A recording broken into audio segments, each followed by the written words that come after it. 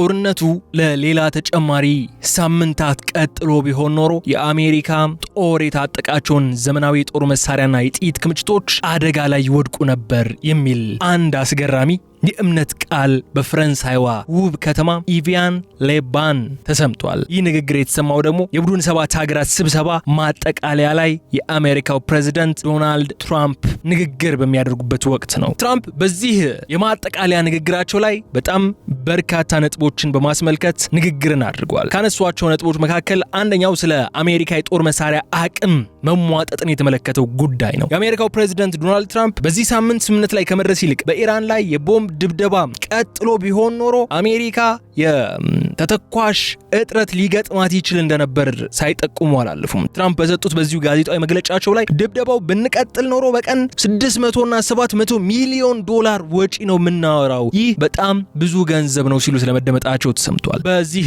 መድረክ ላይ ባደረጉት አስገራሚ የሆነው ይፋዊ ንግግር ቀደም ብዬ ያነሳሁላችሁ አይደለ፣ በ4 ሳምንታት አካባቢ ውስጥ የአሜሪካ የተጠራቀመ የጦር መሳሪያ ክምችት የማለቅ እጣ ፋንታ ሊያጋጥመው ይችል እንደነበረም አንስተዋል። ይህ ደግሞ አስደንጋጭ እውነት ተደርጎ ተወስዷል። በሌላ በኩል ደግሞ በተደጋጋሚ ሊመቱ እንደሚችሉ ሲዝቱበት የነበረውን የኢራንን የነዳጅ ማከማቻ መጋዘኖች እንዲሁም ተቋማትን ኢላማ እንዳላደረጉም ተናግሯል። ከዚህ ባሻገር ትራምፕ ያንን ቢያደርጉ ኑሮ የ10 በመቶ ሰዎችን ፍላጎት ያረኩ እንደነበር፣ ነገር ግን የመደረግ የሌለበት ተሳሳተ ነገር ነው ብለው በማመን ዓለም አቀፍ የኢኮኖሚ ውድቀት ሊያስከትል ይችል እንደነበርም አንስቷል። ከዚህ ባሻገር በኢራኑ ጦርነት አሰቃቂ ቀናት ከነበሩት በጦርነቱ የመጀመሪያው ቀን የተፈጸመው የሚናብ የሴቶች ትምህርት ቤት ጥቃት በተመለከተም ትራምፕ ሐሳባቸውን አንስተዋል። በጦርነቱ የመጀመሪያ ቀን ከ100 በላይ ሴት ልጆችን እንደገደለ የተነገረለትን የሚናብ ሴቶች አንደኛ ደረጃ ትምህርት ቤት ላይ የተሰነዘረው ጥቃትን በተመለከተ ትራምፕ ስለዚህ ጉዳይ ለጠየቃቸው ጋዜጠኛ ወቀሳ ከመሰንዘርም በላይ ማንም ይህንን ሆን ብሎ አላደረገውም፣ ስህተቶች ግን በጦርነት ሂደት ውስጥ ይፈጠራሉ የሚል አስተያየትን ሰጥቷል። ጉዳዩም በምርመራ ላይ መሆኑን ሳይገልጹ አላለፉም። ከዚህ ባሻገር ከኢራን የባሊስቲክ ሚሳይል ፕሮግራም ጋር በተያያዘ የተለያዩ ጉዳዮችንም አንስቷል። ዛሬ በዚህ የልዩ ጥንቅር ፕሮግራማችን በፈረንሳይ በተካሄደው የጂ7 ጉባኤ ላይ በነበረው የትራምፕ የመጨረሻው መዝጊያ ንግግር 1 ሰዓት በላይ የሚረዝመውን ንግግር መሰረት በማድረግ ነው ቆይታ የምናደርገው። ስለዚህ አብራችሁን ቆዩ። በገበያ ሚዲያን ዩቲዩብ ገጽ ሰብስክራይብ አድርጉ፣ ቪዲዮን ላይክ አድርጉ፣ ሐሳብ አስተያየታችሁን በኮሜንት መስጫው ላይ አስቀምጡልን። ከተከታይ አጭር መሸጋገሪያ በኋላ ስንመለስ በዝርዝር ጉዳዮች ነው የሚሆነው። መልካም ቆይታ። ለእርሶም ለልጆም ይሆናል፣ ውርስም እንዲሁም ቅርስ ነው። በዲፕሎማቶች መቀመጫ በሆነችው አፍሪካ ህብረት አጠገብ ለእርሶ በቀረበ ዋጋ በካሬ 89,000 ብር ቀድሞ ለሚመዘገቡ 20 ሰዎች ብቻ የማያዳግም ወርቃማ ዕድል ከሰመር ሪል ስቴት ካሳንቺስ ላይ ጥንቅቅ አድርገን የገነባነውን ባለ 17 አፓርታማ ህንፃ ማስረከባችንን ስንገልጽ በልዩ ደስታ ነው። ዛሬ ላይ ደግሞ ከአፍሪካ ህብረት ጎን ከባለ 1 እስከ ባለ 3 መኝታ ሰፊ ካሬ አማራጮችን በ10% ቅድመ ክፍያ ከ700,000 ብር ጀምሮ ለሽያጭ አቅርበናል። ቤታችን ዲዛይናቸው በስካይላይት እና በአየር መንገድ ዕውቅ አርኪቴክቸሮች መሰራታቸው ይበልጥ ተመራጭ ያደርገናል። እንዳያስቡ ሁሉንም የጋራ መገልገያዎች ዘመኑን በዋጀ መንገድ ተሰርተዋል። ቤቱን እየኖሩበት በረጅም ጊዜ የሚከፍሉት 50% የባንክ ብድርም ተመቻችቶሎታል። ፈጥኖ በመደወል የቅናሹ ተጠቃሚ ሆኖ ጥራትና ምክንያታዊ ዋጋ መገለጫችን ነው። ሰመር ሪል ስቴት። ፕሬዚዳንት ዶናልድ ትራምፕ በፈረንሳይዋ የኢቪያን ሌባን ከተማ በተጠናቀቀው የቡድን ሰባት ሀገራት ወይም የጂ7 ስብሰባ ማጠቃለያ ላይ በሰጡት እጅግ አስገራሚ በነበረው ጋዜጣዊ መግለጫ ላይ በአሜሪካና በኢራን መካከል ለ4 ሳምንታት ብቻ የሚቆይ ተጨማሪ ከባድ ወታደራዊ ግጭት ቢያጋጥም ኖሮ የአሜሪካ የጦር መሳሪያ ክምችት ሙሉ በሙሉ ሊሟጠጥ የሚችልበት ሁኔታ ይፈጠር እንደነበር በይፋ ሲያምኑ ተደምጧል። እስከዛሬ ድረስ የተለያዩ የኢንተለጀንስ ሪፖርቶች እንዲሁም ወታደራዊ ትንተናዎችን በመመልከት እና በመዳሰስ በተለያዩ ጉዳዮችን አንስተን ከናንተ ጋር ቆይታ ስናደርግ ነበር። የአሜሪካ የጸረ ሚሳኤል መከላከያ ስርዓቶች ብሎም የተለያዩ አቅሞቿ በዚህ የጦርነት ሂደት ላይ ስለመሟጠጣቸው የሚያነሱ መረጃዎችን ስናነሳ ነበር። አሁን ፕሬዝዳንቱ ይህንን ነገር ሲያረጋግጡ ተደምጠዋል። የእምነት ክደት ቃልም በለው የትራምፕ የምሽት ንግግር ፕሬዝዳንቱ ለዓለም አቀፍ ጋዜጠኞቹ በሰጡት ያልተጠበቀ የነበረው መግለጫ፣ ያው መግለጫው ይጠበቃል ግን ይዘቱ ነበር ያልተጠበቀ የነበረው። በእውነቱ ከሆነ ጦርነቱ በዚሁ ፍጥነት ሌላ ተጨማሪ ሳምንታት ቀጥሎ ቢሆን ኖሮ የአሜሪካ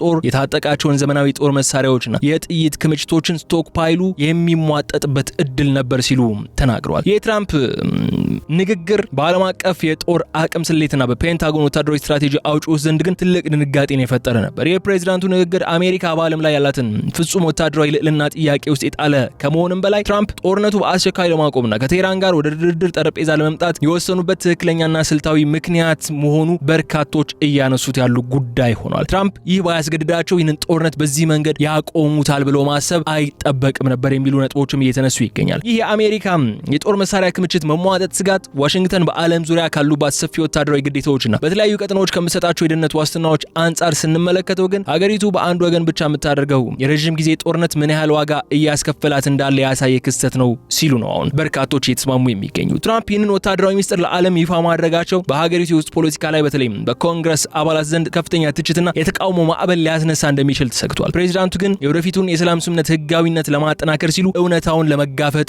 መርጧል የሚሉ ሀሳቦችም እየተነሱ ነው ያሉት። ፕሬዚዳንት ዶናልድ ትራምፕ በዚሁ ጋዜጣዊ መግለጫቸው ላይ የአሜሪካ የጦር መሳሪያ ክምችት ከማለቁ ወይም ከመሟጠጡ ባለፈ ጦርነቱ በአሜሪካ ኢኮኖሚና በዓለም አቀፍ ኢኮኖሚ ብሎም በአሜሪካውያን ታክስ ከፋይ ህዝቦች ላይ እያደረሰ የነበረውን እጅግ ከፍተኛና ሊሸከሙት የማይቻለውን ታላቅ ኪሳራም በዝርዝር ከመግለጽ ወደ ኋላ አላሉም። ፕሬዚዳንቱ እንደገለጹት ከሆነ አሜሪካ በኢራን ላይ በከፈተችው ወታደራዊ ዘመቻ ምክንያት በቀን በአማካይ ከ700 ሚሊዮን ዶላር የሚደርስ እጅግ አስገራሚ ወጪን ታወጣ እንደነበር ገልጿል። ይህ የገንዘብ ፍሰት የሀገሪቱን የውስጥ በጀትና የኢኮኖሚ መረጋጋትም ከፉኛ ያናጋው የመጣ ታላቅ ቀውስ ሆኖ መቆየቱ ተነግሯል። ትራምፕ ይህንን ግዙፍ ወታደራዊ ወጪ ለጋዜጠኞች ሲያብራሩም በየቀኑ ይህንን ያህል የሀገር ሀብት ወደ ጦርነት ቀጠና ማፍሰስ ፍጹም እብደት ነው። ይህ የኢኮኖሚ ደም መፍሰስ ደግሞ በአስቸኳይ መቆም ነበረበት ሲሉ ተደምጠዋል። የጦርነቱ ማክተምና የሰላም ስምምነቱ መፈረም የፋይናንስ አስፈላጊነት ጭምር ኢኮኖሚካሊ ተገደው የገቡበት ጉዳይ ስለመሆኑም ጭምር ሳያሰምሩበት አላለፉም። ፕሬዚደንት ዶናልድ ትራምፕ ይህ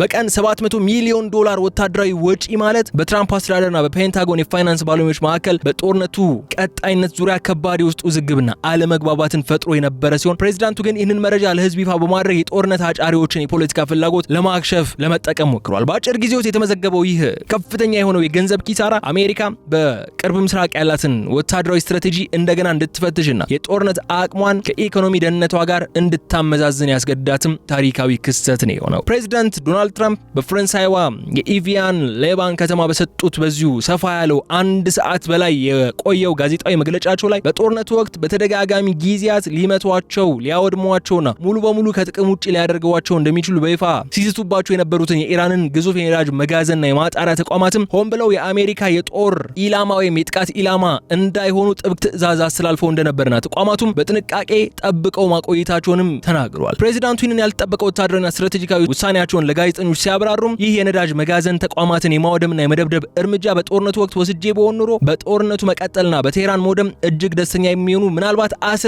ሰዎች ወይም ጦርነት የሚፈልጉ ሰዎችን ስሜት አረካ ነበር። ነገር ግን ይህ መደረግ የሌለበት ፍጹም የተሳሳተና ስልታዊ ስህተት ያለበት ተግባር ነው ሲሉም በቁጭት ሲናገሩ ተደምጠዋል። ይህ ትራምፕ መግለጫ የሚያሳየው ደግሞ መስላችሁ የአሜሪካ ጦር የጥቃት አቅምና የበላይነት ቢኖረውም ፕሬዚዳንቱ ግን የኢራንን ዋነኛ የኢኮኖሚ መሰረትና መሰረተ ልማት ሙሉ በሙሉ ከማውደም ይልቅ ጉዳዩን ለቀጣይ የሰላም ድርድርና የፖለቲካ መደራደሪያነት በጥንቃቄ ለመጠቀም ስለማቀዳቸው ያሳያል። ይህ የኢራንን የነዳጅ መጋዘን ተቋማትን ሆን ብሎ የመጠበቅ ስትራቴጂካዊ ውሳኔ በዋሽንግተንና በቴህራን መካከል ለወራት ዘልቆ በነበረው ጥልቅ የሆነው አለመተማመንና ደም አፋሳሽ በሆነው ፍጥጫ ውስጥ እንደ ትልቅ የዲፕሎማሲ ድልድይ ሆኖ ያገለገለ ክስተት ነው ሲሉም በርካታ የፖለቲካ ተንታኞች እየተናገሩ ይገኛል። ትራምፕ በኢራን የነዳጅ መሰረተ ልማቶች ላይ ቀጥተኛና አጥፊ አየር ጥቃት አለማድረሳቸው ለኢራን ሲቪል መንግስትና መሪዎች አሜሪካ ሀገሪቱን በሙሉ የማውደም ወይም ህዝቧን የማንበርከክ ፍላጎት የላትም ይልቁንም ጠንካራና ፍትሃዊ ስምምነት ላይ ለመድረስ ነው የምትፈልገው ብለው ለማሳየት መጣራቸው ለዚህ ስምምነት እውን መሆንም የራሱን ሚና ተጫውተዋል ተብሎ ይታመናል። ይህ አይነቱ እርምጃ ግን የኢራን መሪዎች በድርድር ጠረጴዛው ላይ እንዲቀመጡና አሁን የደረሰበትን 14 ነጥቦች ያለውን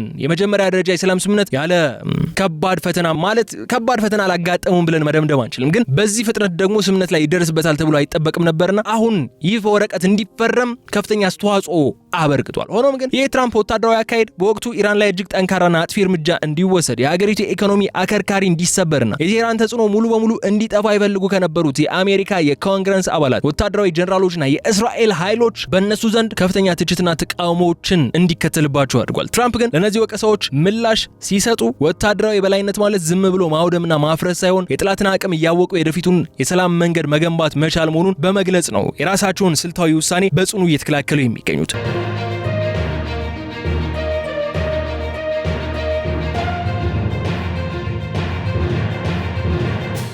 ፕሬዚዳንት ዶናልድ ትራምፕ በፈረንሳይዋ የኢቪያን ሌባን ከተማ በነበራቸው ጋዜጣዊ መግለጫ ወቅት ላይ የኢራን የነዳጅ መጋዘን ተቋማት ካለመምጣታቸው በስተጀርባ የነበረውን ያን ዋነኛና ስልታዊ ስጋትም ሲያብራሩ ያ እርምጃ ቢወሰድ ኑሮ በቀጥታ መላውን ፕላኔት ወደ ከፋና ወደ ማያገግም ታላቅ ዓለም አቀፍ የኢኮኖሚ ውድቀት ወይም ግሎባል ኢኮኖሚክ ሪሴሽንስ ሊመራው እንደሚችል አስቀድመው በጥልቀት መረዳታቸውን በይፋ ይገልጻሉ። ፕሬዚዳንቱ እንደገለጹት ከሆነ ኢራን በዓለም አቀፍ የኃይል አቅርቦት ሰንሰለት ውስጥ ያላትን ወሳኝ ድርሻ ከግምት ውስጥ በማስገባት የእሷን የነዳጅ መሰረተ ልማቶች በአሜሪካ ድብደባ ቢወድሙ ኑሮ በዓለም አቀፍ የነዳጅ ገበያና ንግድ ላይ የሚከሰተው ታላቅ መስተጓጎል ዓለም አቀፍ የኢኮኖሚ ውድቀት ሊያስከትል ይችል ነበር በማለት ነው ውሳኔያቸውን የአሜሪካን የውስጥ ጥቅም ብቻ ሳይሆን መላውን የዓለም አቀፉ ማህበረሰብ ከከፋ የገበያ ቀውስ የታደገ መሆኑን የገለጹት። ይህ ትራምፕ አስተዋይነትና የስትራቴጂ ስሌት በዓለም የነዳጅ ገበያ ላይ ሊፈጠር የሚችለውን የዋጋ ንረት አስቀድሞ በመግታት ረገድ እጅግ ከፍተኛና ታሪካዊ አስተዋጽኦንም ያበረከተ ነው። የዓለም አቀፍ ኢኮኖሚን የማዳን ስሌት ደግሞ ትራምፕ በውጭ ጉዳይ ፖሊሲና በጦርነት አመራር ላይ ያላቸውን ፍጹም የተለየ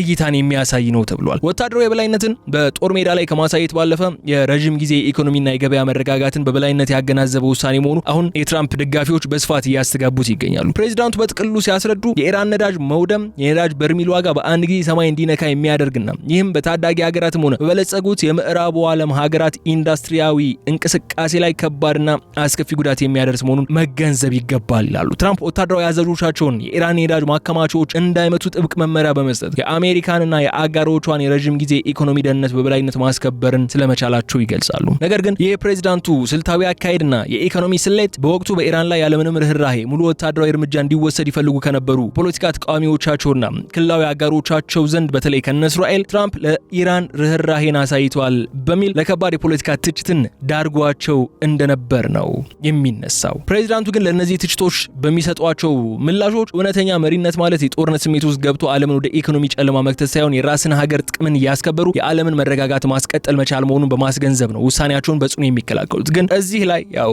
የትራምፕ ውሳኔዎች በእውነቱ ጥቅማቸውን አስከብረዋል፣ የሀገራቸውን ብሔራዊ ጥቅም ያስከበሩ ናቸው ወይ የሚለው ጥያቄ ሌላ ጊዜ እናሻግረው። በሌሎች ፕሮግራሞችም ዝርዝር መልሶችን ስለሰጠንበት ማለት ስፔሻሊ ከዚህ የኢራኑ ዲል ጋር በተያያዘ ማለት ነው። ዋሽንግተንና ኢራን በመካከላቸው የነበረው ላለፉት ወራት የዘለቀው ደም አፋሳሽ ጦርነትና የድርድር ሂደት በመጀመሪያዎቹ ቀናት ላይ ከተከሰቱት እጅግ በጣም አሳዛኝ ልብ ሰባሪና በዓለም አቀፍ ደረጃ ከፍተኛ ውዝግብን ቀስቅሰው ከነበሩት ክስተቶች መካከል ደግሞ በሚናብ የሴቶች አንደኛ ደረጃ ትምህርት ቤት ላይ የተሰነዘረውና ከ100 በላይ ንጹሃን ትናንሽ ሴት ልጆች ህልፈት የዳረገው አስከፊ ጥቃትም የምናስታውሰው ነው። ፕሬዚዳንቱ በትላንትናው ንግግራቸው ወይ መግለጫቸውን በዚህ ጉዳይ ላይም ሀሳብ አንስተዋል። ፕሬዚዳንት ዶናልድ ትራምፕ በፈረንሳይዋ ኢቪያን ሌባን ከተማ በሰጡት ይኸው ጋዜጣዊ መግለጫ ላይ አንድ ታዋቂ በመድረኩ ላይ የነበረ ጋዜጠኛ አሳዛኝ የሲቪል ህጻናት እልቂትና የአሜሪካ ጦር ጥያቄነት በተመለከተ ላቀረበላቸው ጥያቄ በጥያቄው አቀራረብና ይዘት ላይ በመቆጣትና ከባድ ቅሬታን በመሰንዘር ጋዜጠኛውን በመውቀስ ቢጀምሩም ግን ያንን እጅግ አሳዛኝ ጥቃት በአሁኑ ወቅት በአሜሪካ ወታደራዊ መርማሪዎችና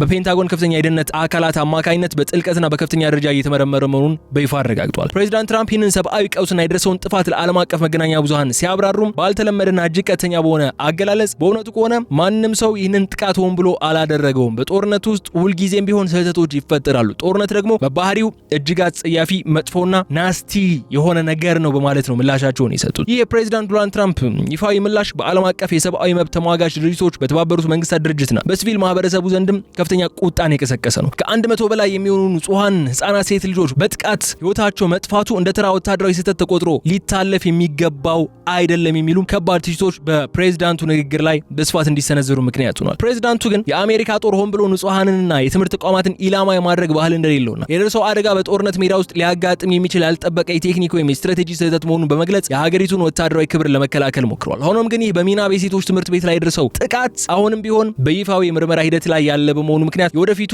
ዝርዝር ሪፖርትና የጥቃቱን ትክክለኛ መንስኤና ተጠያቂነትን የተመለከቱ ጉዳዮች ይፋ ይደረጋሉ ተብሎ ይጠበቃል የሚል ጉዳይን ሰዎች እንዲጠብቁ አድርጓል የፕሬዚዳንቱ ንግግር። ትራምፕ በጋዜጣዊ መግለጫቸው ላይ ይህ በሚናብ የሴቶች አንደኛ ደረጃ ትምህርት ቤት ላይ የደረሰውን አሳዛኝ አደጋ ወታደራዊ ስህተት ነው በማለት ጦራቸውን ወይም የአሜሪካን ጦር በስልታዊ መንገድ ለመከላከል ምክንያት ካቀረቡ በኋላ ለዚህ አደጋ መከሰትና በጦርነቱ ወቅት ለጠፋው አጠቃላይ የንጹሃን ዜጎች ህይወት የኢራን አስተዳደር ቀዳሚና ዋነኛ ተጠያቂ መሆኑን ከመግለጽ ግን ወደ ኋላ አላሉም። ፕሬዚዳንቱ በንግግራቸው ላይ የቴህራን መንግስት የጦርነቱ መነሻ ለሆነው ቀውስ ብቻ ሳይሆን በጦርነቱ ሂደት ውስጥም ለተከሰቱት የንጹሃን ዜጎች መገደልና ሰብአዊ ጥፋቶችም በግንባር ቀደምትነት ተጠያቂ መሆኗን በይፋ አክለው ገልጸዋል። በትራምፕ እይታ ታዲያ ይህ የኢራን ወታደራዊ አመራሮች ንጹሃን ዜጎችና ህጻናትን ለጦርነት አደጋ በሚያጋልጡ ስልታዊ ስፍራዎች ላይ ማስቀመጣቸውና ለፕሮፓጋንዳ መጠቀማቸው አሜሪካ በወሰደቻቸው ጸረ ሽብርና የመከላከያ የመከላከያ እርምጃዎች ያልተጠበቁ የሲቪል ጉዳቶች እንዲከሰቱ ዋነኛ ምክንያት ሆነዋል ይላል። ከዚህ ጋር ተያይዞ ከዚህ ቀደም የፔንታጎን ኃላፊው ፒት ሄግሴት ያነሱት ጉዳይ ነበር አይደለ? ይህ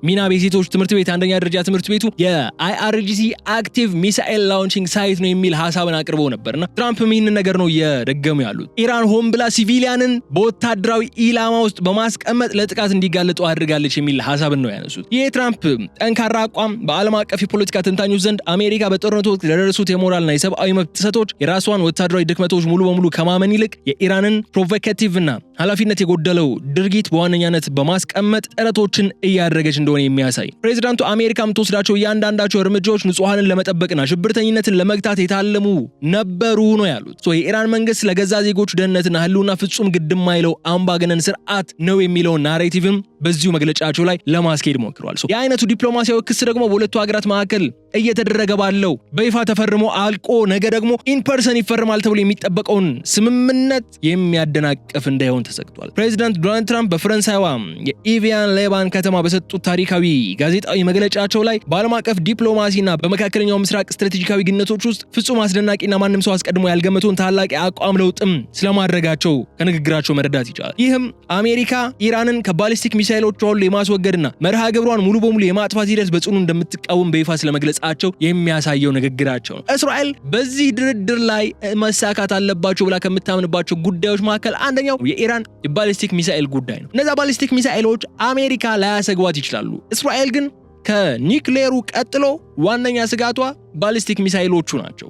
ትራምፕ ባሊስቲክ ሚሳኤሎቿ እንዲገደቡ ያደርጋሉ ብላ ስትጠብቅ እስራኤል፣ ትራምፕ ግን በተቃራኒ የሆነ አቋም ይዘው ብቅ ብለዋል። ፕሬዚዳንት ዶናልድ ትራምፕ ይህንን ለበርካታ ዓመታት በዋሽንግተን ስር የሰደደውን የውጭ ጉዳይ ፖሊሲ ሙሉ በሙሉ የገረሰሰ አቋማቸው በዚያ መግለጫቸው ላይ ሲያብራሩት ሌሎች በመካከለኛው ምስራቅ ቀጠና ውስጥ ያሉ ሀገራትም ባሊስቲክ ሚሳኤሎች በስፋት አሏቸው። የኃይል ሚዛኑን ለመጠበቅ ሲባል እነሱ ማለትም ኢራናውያንም የተወሰኑ የሚሳኤል ክምችቶች ሊኖራቸው ይገባል። ይህ ካልሆነ ግን ፍትሃዊነት ሊሰፍን አይችልም ሲሉ ነው ተናግሯል የተባለው። የትራምፕ መግለጫ የሚያሳዩ ደግሞ መስላችሁ አሜሪካ ከዚህ ቀደም ከምዕራባውያንና ከክልላዊ አጋሮቿ ጋር በመሆን የቴህራንን የሚሳኤል አቅም 100% ለማክሸፍና ማዕቀብ በመጣል እንዲዳከም በማድረግ ስትከተለው ከነበረው እጅግ ጠንካራ መርህ ፍጹም መውጣቷን የሚያሳይ ይህ በትራምፕ የተሰጠው ይፋዊ ማረጋገጫ ለኢራኑ አስተዳደር በዓለም አቀፍ መድረክ ላይ የተሰጠ ታላቅና ያልተጠበቀ ሽልማት ተደርጎ ሊወሰድ የሚችል ነው። ኢራን የራሷን ክልላዊ ተጽዕኖ፣ ወታደራዊ ልዕልናና የብሔራዊ መከላከያ አቅሟን መሰረት የሆነውን የሚሳኤል መርሃ ግብሯን ሳታቆም ከዓለም አቀፉ ማህበረሰብና ከአሜሪካ ጋር የሰላም ስምምነት መፈራረም የምትችልበትን ታሪካዊ በር የከፈተ ውሳኔ ተደርጎም ሊመዘገብ የሚችል ነው።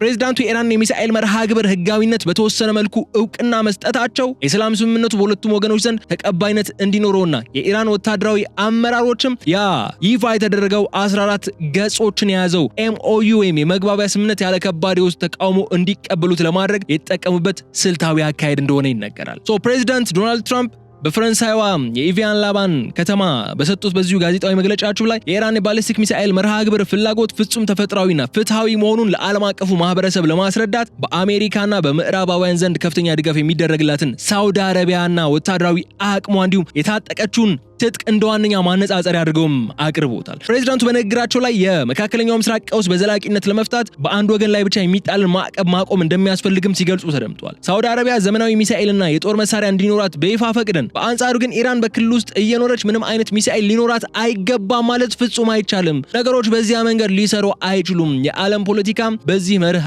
አይመራም የሚል ያልተጠበቀ የአቋም ለውጥ የሚመስል ንግግርን አድርገዋል።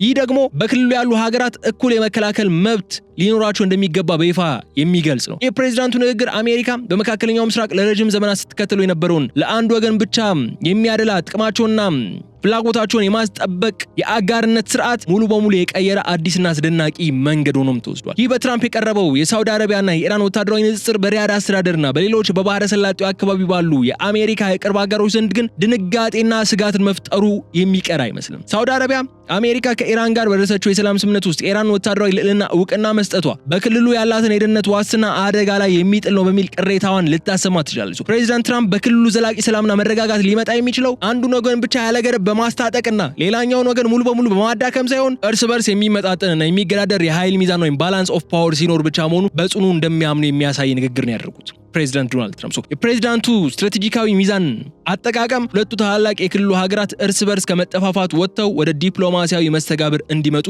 ለማድረግ ያለመ ሆኖ ሊወሰድ ወይም ሊቀመጥ የሚችል ነው። ከዚህ ባሻገር ፕሬዚዳንት ዶናልድ ትራምፕ በፈረንሳይዋ ከተማ በሰጡት ይኸው ጋዜጣዊ መግለጫ ማጠቃለያ ላይ በዓለም አቀፍ ፖለቲካ ውስጥ እጅግ ስስና አወዛጋቢ የሆነውን የእስራኤል የደህንነት ጉዳይንም ሳያነሱ አላለፉም። እስራኤል በኢራን የባሊስቲክ ሚሳኤል መርሃ ግብር ዙሪያ የምታቀርባቸውን ተደጋጋሚና ከባድ ስጋቶች ሙሉ በሙሉ አሳንሰው የሚመለከቱ እስኪመስል ድረስ ነው አስደንጋጭ የሆነ ክስተት የተፈጠረው። ፕሬዚዳንቱ ቦታው ለነበሩ ጋዜጠኞች በሰጡት ማብራሪያ የእስራኤል ባለስልጣናት እንደሚሉት የባሊስቲክ ሚሳኤሎች ዋናውና ብቸኛው ችግር አይደሉም። እነዚህ ሚሳኤሎች የሆነችን ትንሽ ቦታና ህንጻ ይጎዱ ይሆናል እንጂ መላውን ፕላኔት ወይም ሙሉ እስራኤልን አያጠፉም በማለት ነው የእስራኤልን ስጋት ውድቅ ያደረጉት። የአቋማቸው ደግሞ ከእስራኤል ጠቅላይ ሚኒስትር ቤንያሚን ኔታንያሁ ጋር ለዓመታት የዘለቀውን የቅርብ ወዳጅነታቸው ወደ ከባድ ፍጥጫን የሚቀየር ሊሆን ይችላል። ፕሬዚዳንቱ በዚሁ መግለጫቸው ላይ ኔታንያሁ በይፋ ሲነቅፉ ተደምጧል። በዚህ የጂ7 ቆይታቸው ኔታንያሁን በተደጋጋሚ ሲያነሱት ነበር። ከሊባኖስ ጋር ቢሄቭ ማድረግ አለበት፣ እርምጃዎቹን ሪስፖንሲብሊ ነው መውሰድ ያለበት። ከዚህ በኋላ የሂዝቦላህን ጉዳይ ሊተወው ይገባል፣ ፋይዳ አላመጣም፣ ለዓመታት ተዋግቶ ምንም ለውጥ ሳያመጣ ነው የቀረው የሚሉ ጉዳዮችን በኔታንያሁ ላይ ሲዘነዝሩ ነበር ትራምፕ። በዚሁ መግለጫቸው ላይ ኔታንያሁን በይፋ ሲነቅፉ ነው የተደመጡት። እስራኤል በሊባኖስ ውስጥ የምትወስደው ወታደራዊ እርምጃና በምታደርገው ድብደባ ከዚህ የተሻለና የሰከነ ባህሪ ልታሳይ ይገባል ሲሉ የገለጹት ጉዳይም በእስራኤላውያን ዘንድ ብዙም የተወደደ አስተያየት አልነበረም። ፕሬዚዳንቱ ከእስራኤል ጠቅላይ ሚኒስትር ጋር የነበራቸውን የውስጥ ውይይት ለዓለም አቀፍ መገናኛ ብዙሃን ሲያጋሩም እኔ ለቢቢ ወይም ቤንያሚን ኔታንያሁ በቀጥታ የነገርኩት ከሂዝቦላ የመጣ ሰው በአንድ ህንፃ ውስጥ በገባ ቁጥር ህንፃውን ሙሉ በማፍረስ ማውደምና ከተማዋን ማናጋት ግድ አይደለም፣ ይህ አካሄድ ወይም ታክቲክ መቆም አለበት በማለት ነው የእስራኤልን ወታደራዊ ስትራቴጂ ከፉኛ ሲተቹ የተደመጡት። ፕሬዚዳንቱ በንግግራቸው ላይ በአሜሪካና በእስራኤል ስልታዊ ጥምረት ውስጥ ያለውን የኃይልና የውሳኔ ሰጭነት ተዋረድ ለዓለም በግልጽ ለማሳየት የፈለጉ እስኪመስሉ ድረስም በዚህ በሁለታችን ጥምረትና ህብረት ውስጥ እኛ ማለትም አሜሪካ ትልቁና ዋናው አጋር፣ እነሱ ማለት እስራኤል ደግሞ እጅግ በጣም ትንሹ አጋር፣ ስለዚህ ትንሹ አጋር በትልቁ አጋር ፍላጎትና ስምምነት ስር መመራት አለበት የሚልን አንድምታ ያለውን ሐሳብ ሲናገሩም ተደምጠዋል። ይህ እስራኤል ከአሜሪካ ቀጣይ ሰላም ፍላጎት ውጭ ብቻዋን መጓዝ ትችላለች ወይ የሚል ጥያቄ ሲነሳ የነበረ ትራምፕ ግልጽ የሆነ ማስጠንቀቂያ ያዘለ መልእክትን ያስተላለፉት። በተጠናቀቀው የቡድን 7 ሀገራት ስብሰባ ማጠቃለያ ላይ ትራምፕ ያሰሙት ንግግር በይፋ ያገለጿቸው ጉዳዮች በጥቅሉ ሲታዩ በአሜሪካ ውጭ ጉዳይ ፖሊሲና በመካከለኛው ምስራቅ አጠቃላይ ፖለቲካ መዋቅር ላይ አዲስ የዲፕሎማሲ አቅጣጫና የኃይል ሚዛን ሽግግር እየተዘረጋ ስለመሆኑ የሚያሳዩ ናቸው። የአሜሪካ የጦር መሳሪያ ክምችት ለ4 ሳምንታት ብቻ የሚሆን በሟጠጥ ደረጃ ላይ መድረሱ በፕሬዚዳንቱ ደረጃ በይፋ መገለጹ፣ የጦርነቱ የቀን ወጪ $700 ሚሊዮን መሆኑ፣ የኢራን የነዳጅ ተቋማትና መሰረተ ልማቶች ሆን ብለው እንዲጠበቁ መደረጉ፣ የሚናብ ትምህርት ቤት አሳዛኝ አደጋ ምርመራም እየተደረገለትና ተጠያቂነት እንደሚሰፍን መገለጹ፣ ብሎም ለባሊስቲክ ሚሳኤል መርሃ ግብር የተሰጠው ያልተጠበቀ እውቅናና የእስራኤል ስጋትን የማጣጣል አካሄድ ተዳምረው የትራምፕን አዲስ የፖለቲካና የዲፕሎማሲ መንገድና ታሪካዊ ክስተቶችን የሚያሳዩ ነው። የአዲስ አካሄድ ደግሞ በክልሉ ለዘመናት የቆዩትን የተለመዱ ህብረቶችና የአጋርነት መዋቅሮች ሙሉ በሙሉ የሚለውጥና አዲስ ክልላዊ የኃይል ሚዛንን የፈጠረ ምዕራፍ ሆኖ ሊመዘገብ ይችላል። ይህ በትራምፕ አስተዳደር የተዘረጋው ስትራቴጂካዊው መስመር በአንድ በኩል ለወራት የቀጠለውን ደም አፋሳሽ የሆነውን ጦርነት በፍጥነት በማስቆም የአሜሪካን የጦር መሳሪያ ክምችት መታደግና የዓለምን የነዳጅ ገበያ ከታላቅ የኢኮኖሚ ውድቀት በመጠበቅ ረገድም ከፍተኛና ተጨባጭ ስኬትን ያስመዘገበ ቢሆንም እንኳን በሌላ በኩል ግን የአሜሪካን የቆየ ስትራቴጂክ አጋሮች በተለይ ደግሞ እንደነ ሳውዲ አረቢያና እስራኤል ብሎም ሌሎች የገልፍ ሀገራትን የመሳሰሉ ሀገሮችን በእጅጉ ያገለልና የሚያበሳጭ ውሳኔ ነው ሊሆን የሚችለው በማለት በተንታኞች ዘንድ ትችትን እያስተናገደ ይገኛል። ግን ትራምፕ የመደራደር ጥበብ ፍልስፍናዬን የሀገሪቱ ብሔራዊ ጥቅም ከስሜታዊ የጦርነት ፕሮፓጋንዳ በላይ በማስቀደም ነው እንደዚህ አይነት ስምምነት ላይ ለመድረስ የቻልኩት የሚል ሐሳብን ነው እያስተጋቡ ያሉ። ስናጠቃልለው ግን የዚህ አዲስ የዲፕሎማሲ አቅጣጫና የትራምፕ ታሪካዊ የሰላም ስምምነት ሁለቱ ሀገራት ማለትም አሜሪካና ኢራን በተደረሰው የ14 ገጾች የመጀመሪያ ደረጃ ስምምነት መሰረት በቀጣይ በሚያሳዩ ተግባራዊ ታማኝነትና ጥብቅ የህግ መከበር ላይ ብቻ ተመስርቶ ሰላማቸው ሊቀጥል የሚችልበት እድልን አመቻችቷል። በፈረንሳይ መሬት ላይ ያደረጉት ያልተጠበቀው ንግግርና በዛውኑ ምሽት ደግሞ የሰላም ስምምነቱ በይፋ ስለመፈረሙ ፕሬዚዳንት ዶናልድ ትራምፕና የኢራኑ ፕሬዚዳንት መሱድ ፔዜሽኪያን መፈራረማቸው በፈረንሳይ ምድር መገለጹ ደግሞ ሌላኛው ያልተጠበቀ የምሽቱ ክስተት ነበር። በዚህ ማለበዛ ግን ነገ በስዊዘርላንድ ይህ ስምምነት በይፋ በጠረጴዛ ዙሪያ ቁጭ ብለው ይፈራረሙታል ተብሎ ይጠበቃል። በቀጣይ የሚኖሩ ጉዳዮችን ተከታትለን ደግሞ ይዘንላችሁ የምንመጣ ነው የሚሆነው። እስከዛ ድረስ ግን አብራችሁን ስለቆያችሁ አመስግኜ እዚህ ላይ ሰናበታችኋለሁ። የገበያ ሚዲያን የዩቲዩብ ገጽ ሰብስክራይብ አድርጉ፣ ቪዲዮውን ላይክ አድርጉ፣ ሐሳብ አስተያየታችሁን ደግሞ በኮሜንት መስጫው ላይ እንድታስቀምጡ ጋብዤ እዚህ ላይ ሰናበታችኋለሁ። በቸር ሰንብቱልኝ።